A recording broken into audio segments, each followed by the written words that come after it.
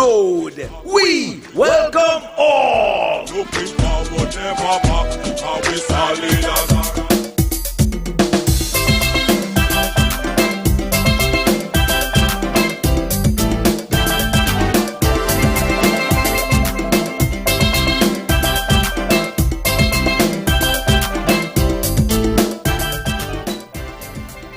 Okay, good morning again, brothers and sisters, ladies and gentlemen.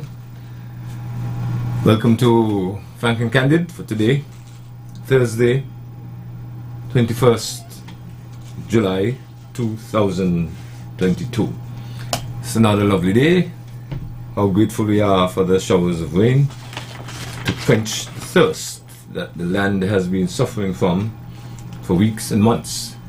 And I'm sure it's not just the farmers who are delighted with the clouds releasing their waters from on high, but all of us are in fact happy for that.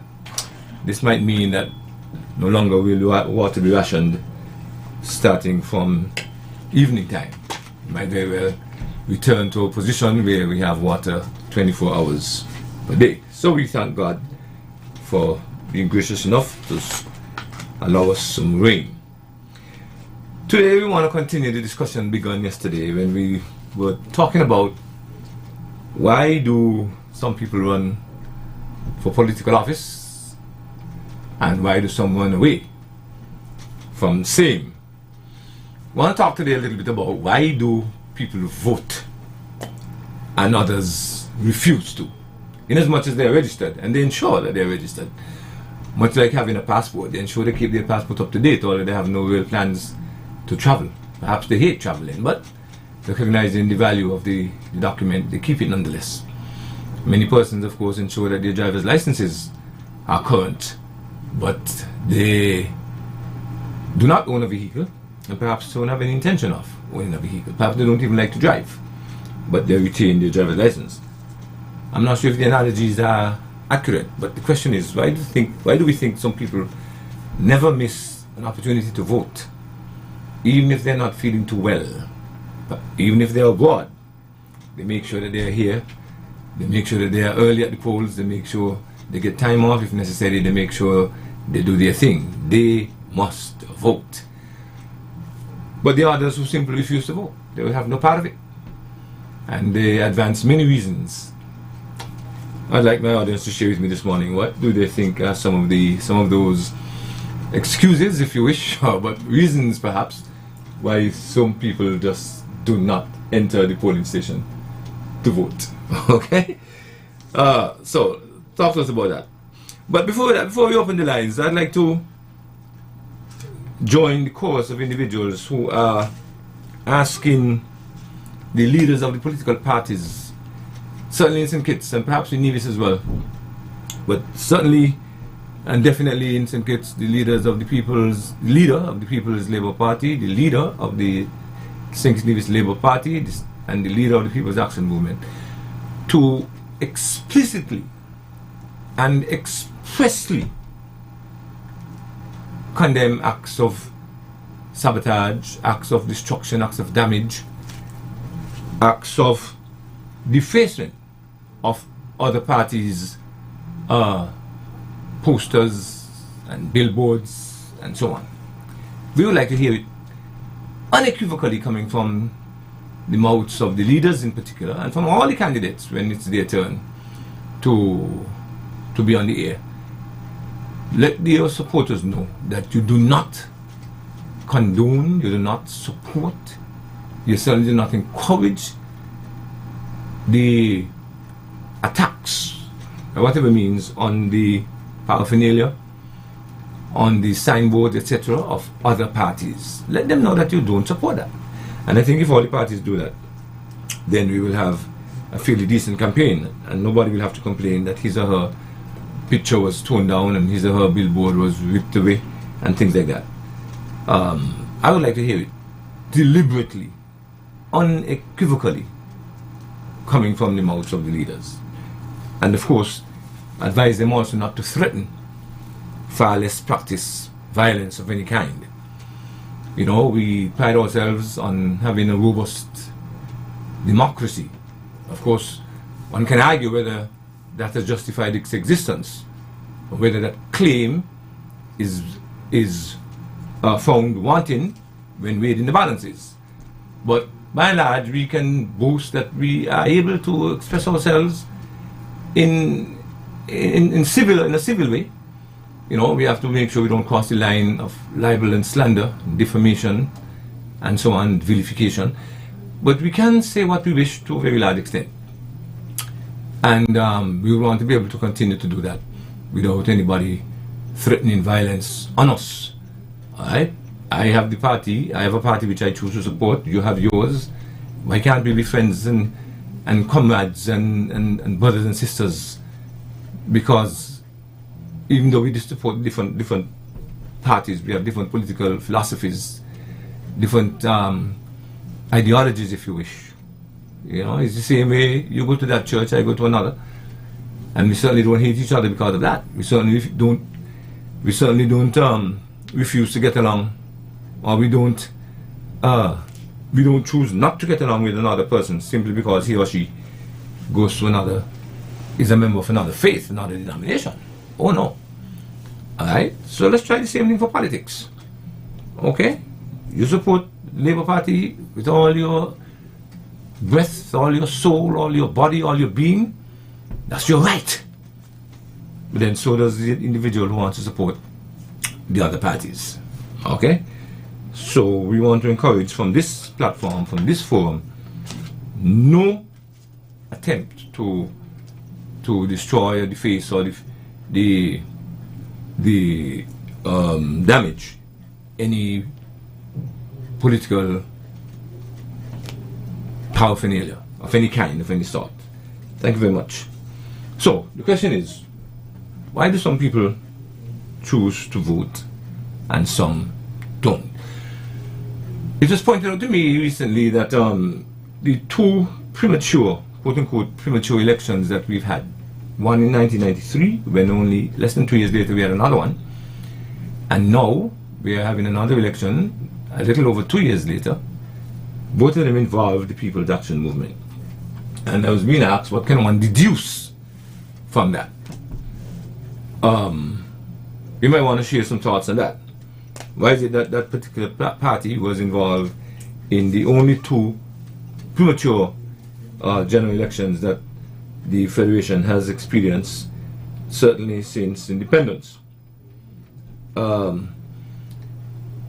also interested in discussing a question that one of my students asked. What can be done to check the autonomy, the authority, the power of a prime minister, of a prime minister? How can it be tempered? How can it be reduced? Does it have to be legislated? Does it have to be expressly written in the law? Does it have to be an act that deals with that? Or can we, by practice, by tradition, by custom, by our norms and mores, institute a mechanism that is respected by all, which imposes serious, useful checks on the exercise of power by a prime minister? What are your views on that? And also, I want to look at this question. Everybody says, Vox Populi, Vox Dei. The voice of the people is the voice of God. Meaning, of course, in my interpretation, that the will of the majority must prevail.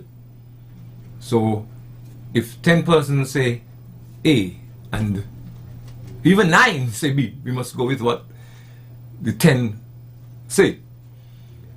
But certainly, it becomes even more egregious if when 10 say one thing, 5 say another, and the will of the 5 is imposed over that of the 10 majority.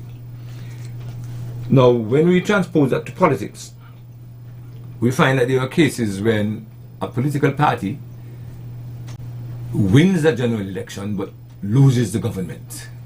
Because clearly, if the idea of a general election is for people to decide, the majority of the people to decide which of 2 or 3 or 10 parties they wish to govern, And the numbers the numbers speak clearly that the majority have voted for, have elected a particular party. How is it then that that party not only does not get to govern, but is totally disregarded, is rejected, is treated like as though they don't exist, as non-entities? That has happened in a number of occasions because of our unique political system, where the party that gets the vast majority of the votes, because that didn't translate into the larger number of seats, does not get to govern. So when I look at certain election results, for example, and I notice that a particular party got almost 12,000 votes, and the other party got a little over 7,000, but the party with over 7,000 votes in total was able to form the government. Not only was the party with the much larger number not able to form the government, but in Parliament and elsewhere their voices are not heard, their suggestions are not given consideration, their ideas are not valued, and they are representatives of the vast majority of the people as expressed at the free and fair general elections. To me, that's a travesty of democracy. And one may argue, hey, that's what we inherited. But we have been saying that because we have inherited something from our fleeing colonizers does not mean that we must accept it and practice it ad infinitum. Alright? We're now hearing one party talk about getting rid of Her Majesty as our head of state. We've talked, in fact, we've become independent. Right? We've talked about doing a number of things that seek to delink us from our former colonizers. Alright, in the Caribbean, a number of countries have joined the CCJ, and I think that is what we should be pursuing more so than the question of being a republic. That we should first seek to disentangle ourselves from the Privy Council, in my view, and attach ourselves to the Caribbean Court of Justice in all its jurisdictions before we were to think about becoming a republic. That is my humble opinion.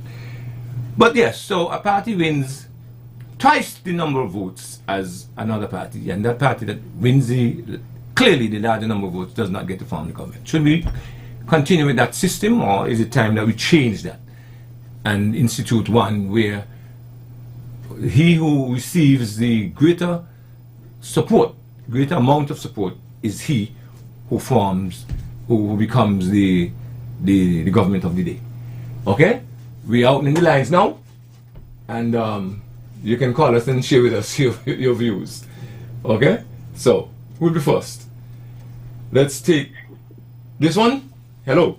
Good morning, Mr. Blaze. Sir. I'm really appreciative of you extending the topic start of from yesterday. As I tried desperately, but just couldn't get it. Yeah, I know that happens. That has happened to me. I tried early this time. Fine. No, well, I wouldn't deal with what I wanted to say yesterday first. I'll deal with this one as to why some people just stay away.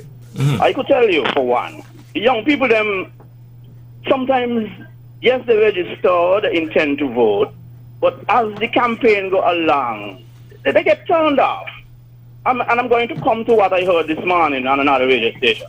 But the rhetoric, the sort of nastiness that takes place in some of these campaigns, the young people, them, a lot of the time, just move away. And now the young people, them, in this election is now coming back to the process. Here we had, this morning in particular, who elder politician, came with some character assassination, and the gentleman for number 5, Sasha Williams, scathing, remarks against the man, whether they're true or not. Sometimes some nastiness there shouldn't be involved in the politics, man. And then what the ironic thing about it is that when one of them don't make those accusations, they call figures and saying that the man, this and that and that kind of thing. And when they're done, they say, well, if our information is not correct, then we stand to be corrected. So he must go now regular and that kind of thing to correct them, or he must, it's not fair. They should get the facts straight first before attacking people. you know, and everybody can get the ability to come and defend themselves or got the money to do so. So a lot of the time people just stay away from it.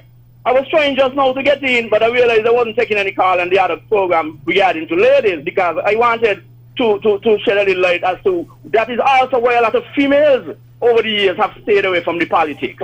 The ghetto sniperness that these politicians go down to. And I'm asking if that is the level that the Labour Party have reached now. The young people, them trying to move away from that strategy.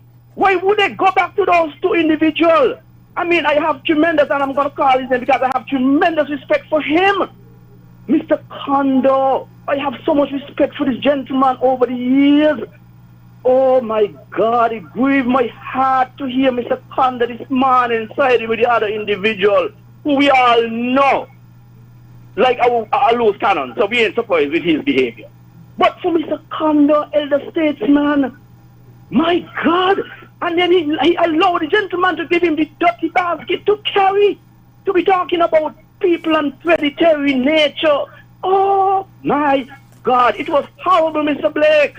And I want to know if those ladies who are listening and are waiting to hear Marshall, and whenever I meet on another platform, comment about it. I was trying to think, but as I said, I wasn't taking a call. But the behavior cannot be like that going forward. Okay. Over there in the campaign, one or two things was said, yes, and people cry out. So and from that, you heard the tone down, you know, the level. So your position is that there's a lack of civility in the campaign. Right. The rhetoric is nasty. Is vituperative, and that turns off young people. Yes. Are you suggesting that only young people are turned off by that? No, no. Oh. But then the young people them is who we was trying to capture back. The old people them are not accustomed to the nastiness, and we've been talking about it for years. But we know this election now going to be determined on the young people. Every election we say that. We say that for every election. Well, okay. Yeah, but and I'm not sure. I'm not sure if we have the stats to prove that, because I believe that the larger number of people who vote are mature adults, and you said that it also turns off females. But I also believe that the larger number of persons who vote are females. But those are assumptions that would have to be fact checked. Okay. It might be difficult to do that, but that is something which I am prepared to investigate. Look into. I lime around a lot of young people, and a lot of them who have not voted in the last election had decided they're voting this time around. And so that is generally, from my experience on the ground, the different corners I go on, I've been hearing that. 60 seconds more. That we're going to. So what I'm saying is, those old people trying to get away from them all-time labor nastiness. Hey, excuse me, I don't think it's fair to accuse the Labour Party alone. I know. Of that. But I am talking about those two gentlemen, character assassination and so on this morning. Okay, 30 seconds. Because when you open the can of worm, I mean, it was a cesspool opening, really. Then it can be open season. How could anybody come and talk about code of conduct after that?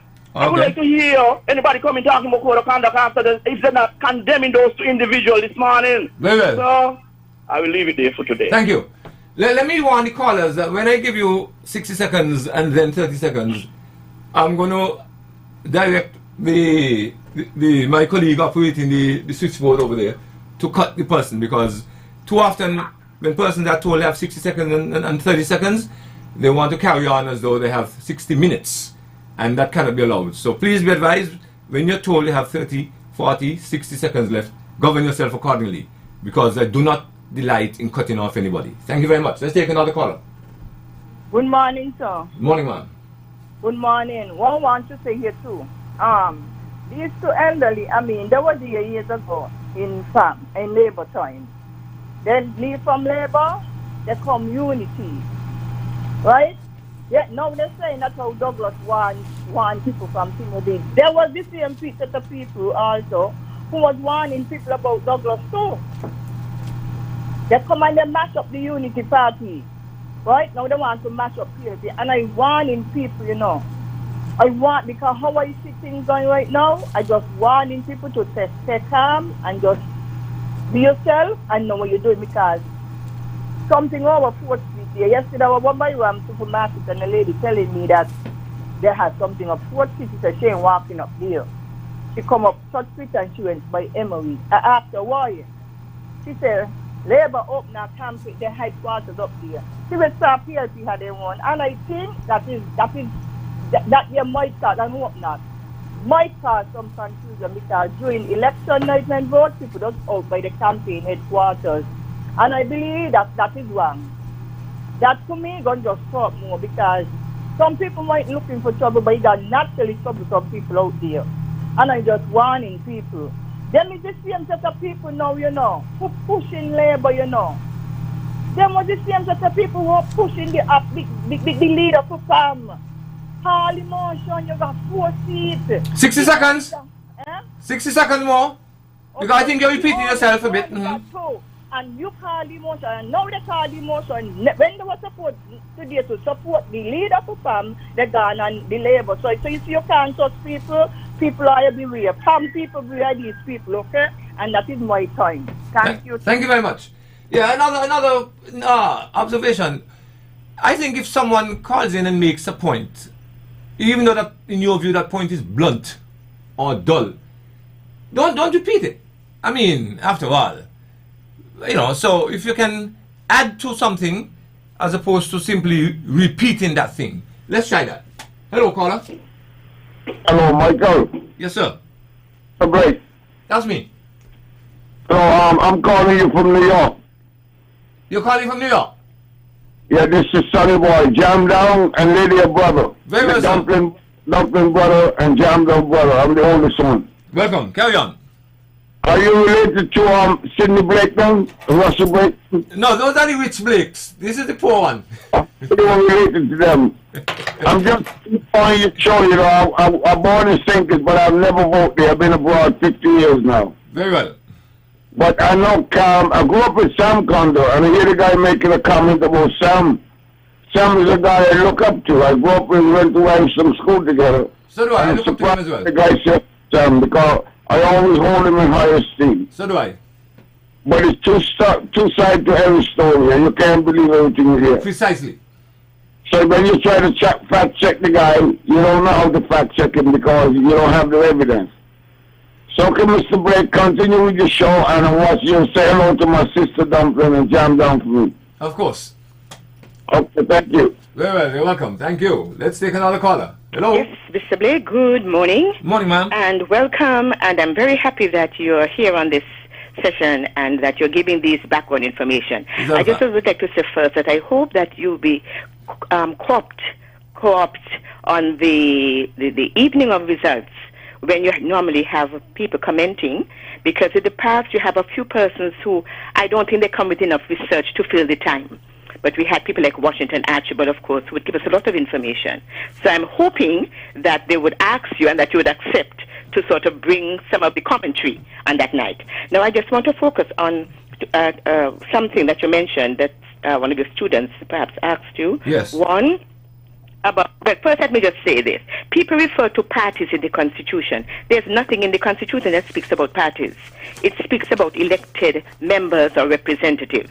Mm-hmm. And so the person who, in the opinion of the Governor General, and it is spelled out, is likely to command the majority, so that a grouping, if you want to call it, it is a party, because that is where they will go first, he may choose that person who has 5. There's nothing wrong with that. Let the others then vote a note of confidence if he's put in. But the Constitution allows for that. The other thing that we must be very careful, we think we want to change this and so. Constitutions have to last for a while. And even if you change something, you do not know what else it might affect. So, to me, most of the problem comes with the persons. People themselves have to have the integrity to be guided by the Constitution. Otherwise, they could overrun it. So that's my point. Although there are some changes that need to be made. The other thing that you've made mention of was about the border. It's about the number of persons in the constituency. You might have one grouping getting so many, a certain number of votes, and then another group would get less and then get more. That's how the Constitution is. But the Constitution allows or allowed or asked for equal boundaries, meaning that boundaries is equal voters. Mm-hmm. So if the people come in and they don't change that, whose fault is it? So it goes back to the representatives and the leaders and what have you. They have to comply or do things which abide with the spirit and even the letter of the law in the Constitution. So that way it would be more even. And then we would see a greater case of most people electing the persons and that government comes in. So I just want to say blessings, and we just have to call, as you're doing, calling our leaders to first set the standard and encourage their followers to follow the standard in terms of free, fair, and peaceful elections, and then we look forward to a good time afterwards. Thank you very much. Thank you very much. I appreciate that, and thanks very much for your expression of confidence in my being objective to do a good job in the discussions post-election. I'll certainly be happy to do that. And I'm glad you raised the point, my lady friend raised the point about equality of numbers with respect to constituencies, because that is what lends and leads to the scenario which I painted earlier, where a particular party receives the vast majority of votes but does not win the election. This is because the numbers of voters in each constituency are so skewed. One constituency has less than 2,000 voters and another one has over 5,000. So we end up with that kind of situation. That has to be corrected. And I'm optimistic that it will happen very soon. Let's take another caller, sister. Hello? Morning, sir. Morning. Good morning to you.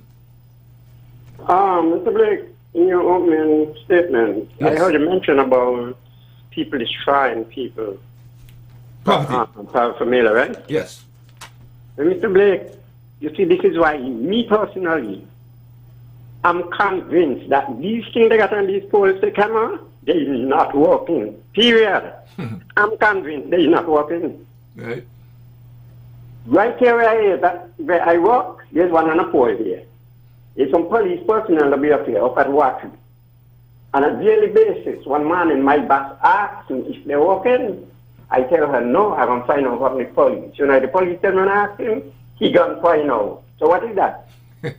If he don't know if they're working, how I don't know. I'm convinced that they're not working, Mr. Blake. That's all I want to say. Otherwise, somebody must have done get catch. Yeah. They're not working. Somebody must have done get catch. That's all I have to say. Thanks. A lot of people share that conviction that they either don't work or they're not bothered with. Let's see what this other caller has to say. Good morning, Brother Blake. Morning, sir. First, I always want to thank God for life. Thank God for the Federation of St. Kitts Nevis, country we are born into. And thank God for the showers of blessing this morning. Good for the animals, them. Right now we're here by them. And the grass, them is growing up so green, Brother Blake. We got to thank God. We got to give God thanks. Regardless to what. Brother Blake, talking about politicians and voting for party and those things. Now we're asking why do some people vote and some don't? The unity concept has taught me a lesson. Allowing myself for party politics. And that's what killing the country and killing us with this party politics. We go out there to vote just because we want to vote for party. We don't care what that individual do. Other when the individual get into, they go vote for that individual. The individual might be in government and he can get sticky and do something, and when election come, people still go and go vote for that individual because they're voting for party. And I believe that this unity concept has opened me a lot towards political parties, allegiance myself to political party. Never me again in this Federation of St. Kitts Nevis, I make myself allegiance to any political party. I vote for the party where I see people respectable in the party, people who I can trust, and people who I could believe into to carry on this country. That's why you see that my focus on these young men and women who Dr. Harris elect to be great candidates for this country and to elected to come government ministers. I applaud Dr. Harris for that. He ain't gone right up the ladder. He's staying in the middle. Because these young people, young men and women. Yeah, 60 seconds. Hello? 60 seconds more, Mr. Politics. Yeah, these young men and women are skillful people, educated people who went to university and could do anything any doctors or lawyer do in politics. Brother Blake, you have a wonderful day. May God bless. Thank you. Right. It would also be nice if some individuals attempt to introduce some new knowledge, some new bits of information, new ideas from time to time. That would help, especially these young people that everybody seems to focus on. I'm not one who likes to join that bandwagon, although I spent all my life with, definitely with young people. Let's take another caller. Hello. Good morning. Many rise, many drop, but we solid as a rock. Big man with a big plan is coming to Cayon. The People's Labour Party invites you to our first public meeting. Join Dr. the Honorable Timothy Harris, the People's Champion, with the People's Candidate, Talbo Pass. It kicks off this coming Thursday 21st, 7:30 on Cayon Main Road. The People's Labour Party, securing a safe future. Join us and the People's Champion. Me all walk like a champion, talk like a champion. Dr. the Honorable Timothy Harris, this coming Thursday, 7:30, Cayon Main Road. We welcome all. Looking forward. It's time to trade in that old living room set for a brand new one at Quartz. For a limited time only, get 25% off any living room set with your trade-in. It's easy to take advantage of this offer. First, take a photo or video of your old living room furniture. Next, go on down to your nearest Quartz store and purchase your new living room set. Then, we will deliver your new living room set and haul away the old one at no extra cost to you. No cash, no problem. Pay with Quartz Ready Finance and you pay nothing for 30 days. This is a deal you don't want to miss. Supplies are limited. Act now. Conditions apply. Quartz, bringing value home. Offer does not include Ashley living room sets. The Pam Victory Train is on the move again and heading to Sadler's Lodge and Green Tree Old Road. The weekend journey begins on Wednesday, July 20, when Pam will be taking its message to the people of Sadler's with another massive public meeting on the Sadler's lawn. Then on Thursday, the movement will be heading to Lodge in constituency number 7 at Walwyn Street. From Lodge, it will be Grant Flashore in number 4 when the Pam train pulls into Green Tree Old Road on Saturday, July 23rd for a dynamic campaign rally with a full package of entertainment and presentations from the Pam winning team. All meetings and rallies begin at 8 p.m. Pam is on the road to victory.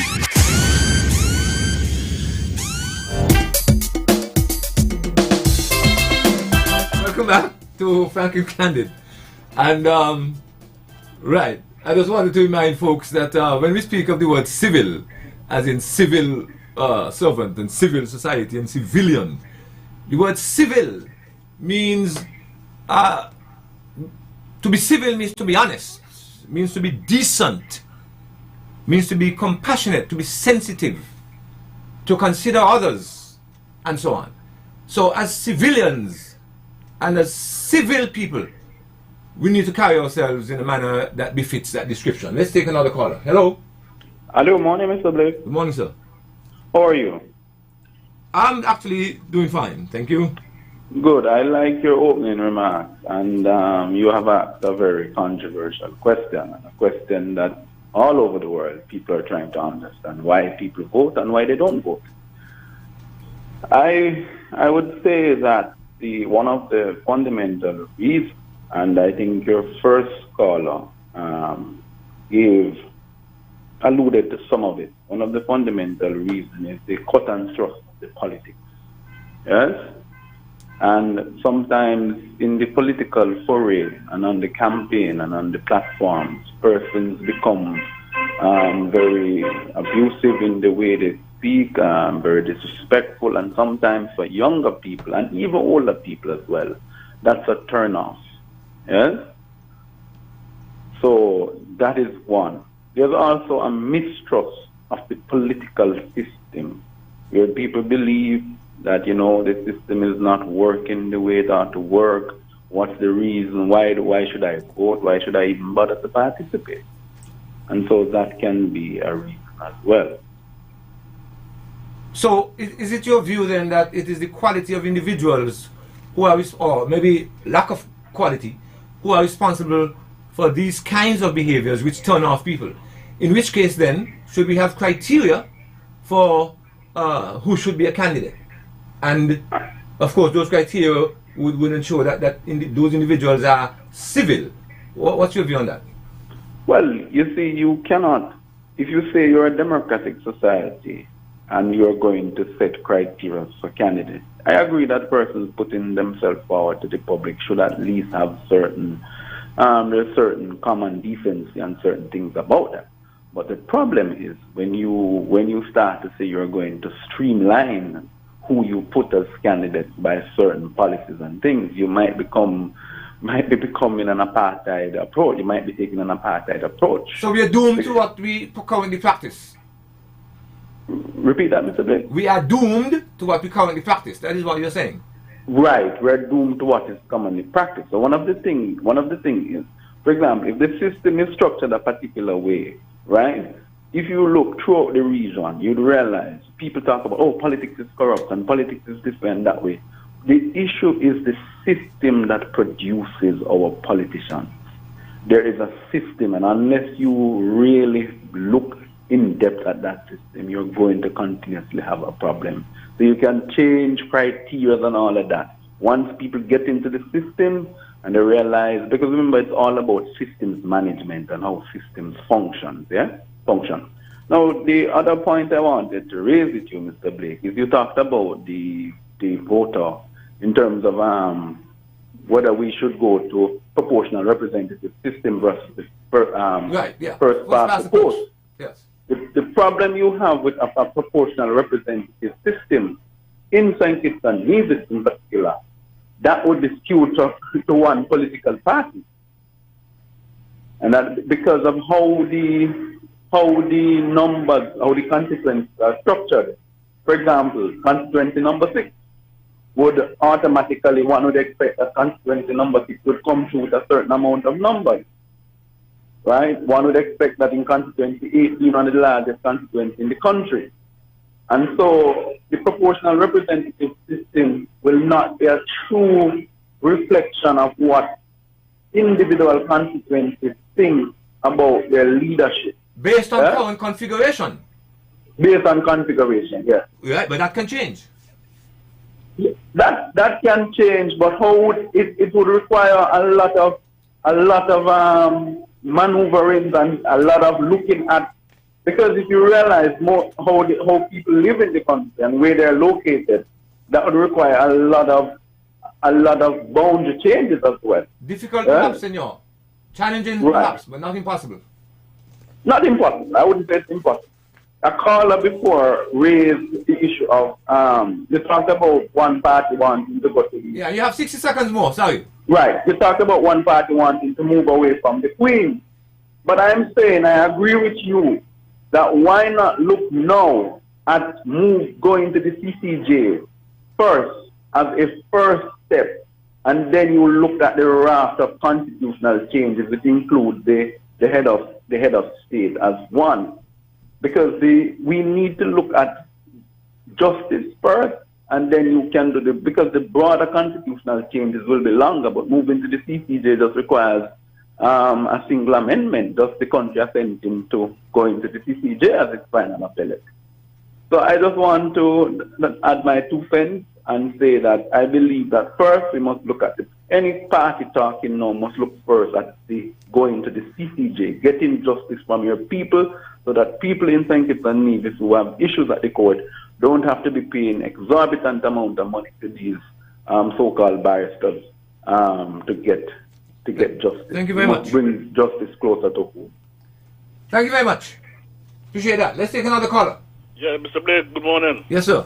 The first caller that called in, he was right in what he said, because I was listening to on the radio, and I disappointed very much with the Honorable Sam Condor and also Mr. Dwight Askasan for the behavior that they're treating out to the people in this federation. Yeah, but we can't labor that all morning. Because I can't know certain, but still we have to let the people know. We have to put something in place that these things should be stopped. Have a good day. Very well. And by the way, I just wanted to remind the caller before this last one that democracy is not, in fact it is at best. It is an inexact science. It is an imprecise art. It is an imperfect system. And so, in as much as some argue that democracy is the best of what we've experimented with over the years, it still has some serious flaws. Let's take another caller. Yes, sir. Yeah, good morning, Mr. Blake. All right. You good? You better, I am. Okay, then, all right, thanks. Now, Mr. Blake, I agree with the first caller, and that's enough for that. But I want to say this. Do not expect everybody to go and vote, whether young, old, middle-aged, or what. Now, we know Christ went on the cross for the whole world. And what percentage of people in the world obeying Christ, the instructions of Christ? So any organization that is made from man, there will be broken laws about that. The Bible says, if the righteous scarcely be saved, where shall the ungodly appear? Look at it. You got in churches, when a member leave this church and he gone to the church, the amount of members in the church where the member come from. Don't stop talking to the member because they gone over there. And even pastors doing it.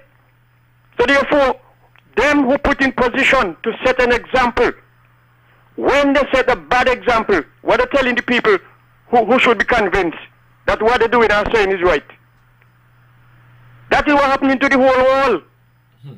And it only going to stop when Christ come back here. Because as long as man made anything, you will never have it perfect, not even 98.9% perfect. It ain't going to happen so.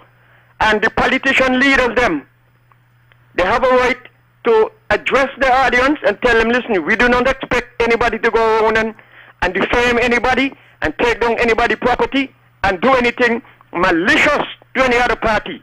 But when you have other people who was on platform going to come and talk nonsense and encouraging people to do wrong, after they don't condemn people and carry them over solid waste, they go back and take them up and telling the same people who they tell, this person ain't no good, that's why we throw them over solid waste. And you go back for them, you ain't wash them off, but you come back telling the same people who you convince that you carry them over solid waste that they ain't no good. You come back and tell them they are the best. They're confusing people. And so therefore when young people decide not to go, whether in a church up and go vote for anybody, is because of what they were told and what the actions they see from those who are supposed to know better and do better. Thank you, Brother Blake. Thank you. And just let me repeat one outstanding comment there that my friend Culture made. A lot of ills, a lot of problems, in fact maybe all, that we currently experience will not cease until Jesus the Christ returns. Maybe all of the many negatives that attend our daily lives will not cease until the Messiah puts in his second appearance. I am convinced of that. Let's take another caller. Hello? Hello, Mr. Blake. Yes, sir. This is Sonny Boy Dumpling and Jam Down, brother, calling you back. You made a statement about democracy as an experiment. Sorry, say hello? You made a statement, you were saying that democracy is an experiment. Yeah, right? we have experimented with democracy, certainly. Yeah, that's what happened. That's what they call it in the United States. In the oldest democracy, they call it experiment. Mm-hmm. So you're right on. Yes, sir. You know, the United States have the oldest democracy, so they call it experiment. Mm-hmm. Okay, Mr. Brett, you're well informed. Thank you, sir. Yes, so easy. Let's take another caller. Hello? Hello? Hello? Yes, good morning. Welcome to Frank and Candid. Yes, good morning, Mr. Blake. Of course. Yes. You were talking about voter apathy, why some people vote and some don't. Yes. I think one of the main reasons is disillusionment, right? For first-time voters, it's different. They are usually younger, and they don't have the same set of issues as let's say, older voters who generally tend to have more responsibility. Mm-hmm. Now, if the younger ones feel that they cannot change the system, that's a problem, okay? Because we don't have things being refreshed, there's no renewal, okay? It is important that our system be a meritorious one, where you succeed based on merit as opposed to the political patronage system that we now have, where, as you've seen in recent campaigns, where you have people who are not qualified for particular positions being appointed to them. Any young person seeing that is going to question a system that does that, that allows that. And so that's a turn-off for young people, right? For older folks, I think, and that is why in most political systems you find that the older folks are more committed voters. They take their responsibility more seriously because, generally speaking, they are the ones who pay most of the taxes and who is mostly affected by a lot of things that government do. Yeah, so let me engage you for a minute. Iowa. Yeah. Now, this for the first time we have 3 parties contesting the election in St. Kitts. Do you think that if there were a 4th party whose candidates are all under 25, between 18 as adults and 25, do you think that that party has any credible chance of so impressing the electorate as to win even one of 8 seats, and all 18 to 25 seat, and all 18 to 25 party? Well, the thing is, remember we were young. All of us are talking about young people. We're a young population. You just said young people are disillusioned because they cannot change the system. They have a sense that they cannot change the system. So if there is a party that represents or purports to represent young people, and they themselves are the essence of youth, 18 to 25, what do you think the chances are? Well, we are a young population, and I think they are more. You have to look at the demographics and see how many people are in that range or consider themselves young. Because they would have an advantage, but at the same time, right, there are disadvantages in terms of people do recognize that things like experience and so on count, right? To have a party of just novices is, I don't think, the answer to it, right? What I think is the answer is to have young people more attuned to what the system is about, democracy, governance, and those things. It's unfortunate that right now it seems that as if the only way to attract young people is via pop culture, okay? Otherwise, they're just not excited. And I'm saying that it's all a system of education where even from school, right, maybe the civics section need to be extended to show people, to show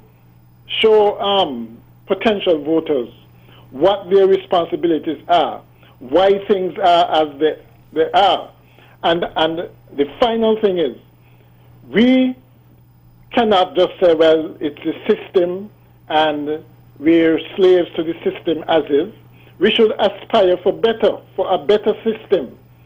So I don't think it would make people more disillusioned if we just say, well, that's the way it always was and that's the way it will always be. We have to excite and galvanize people to change the system for the better. Okay, just to point out a slight contradiction that is seems to have made with respect to being a novice. Being a novice is not a function of age, as you will readily agree. That what? Being a novice is not a function of age. In other words, because someone is 18 doesn't make him any more of a novice than someone who is 80. Of course not. Good. All right. But if you have a party of all 18-year-olds, what do you think the populace in general would think of such a party? That is my concern. What would be the general view of the population? Right. I mean, because experience does count. All right. I mean, the ideal. Nobody can really. But it's a conundrum. The ideal age to enter politics is, let's say, 25 or 35. Okay, because a lot depends on the character of the candidates that emerge, right? Whether they excite the populace, whether they're charismatic and can galvanize people around their ideas. A lot depends on that. That is how good leaders emerge from the pack, okay? But certainly there's some mixing between there where you have, you got to have some kind of experience. In this world today, imagine ministers. 60 seconds. Imagine ministers all 18, 18 years old, going to meet leaders in the outside world who are much older. Not much older, but much more experienced. Okay, please. Then. Yeah. You know, you need some experience. Okay, thank you. Okay, then. Thank you. Now, it's a conundrum that we have to solve. You're told that you cannot get this job unless you have experience, which you cannot get unless you have a job. How do we solve that? Hey, you want a job? Sure. But you can't get it because you don't have any experience. But you can only get experience by having the job. How do we solve that? Huh? Let's take another caller as we get close to sort of time. Good morning, caller. Mr. Blood. Yes, sir. How are you? I'm in fine shape, thank you. You know, you was talking earlier about young people and young people voting. Remember in 1980, young people changed the regime, you know. Remember in 1980, you mean young 84? People who made that change. 1984, not 1980. By 1980, you had to be 21 to vote. No, 1980, man. Young people went out and voted for Simmons.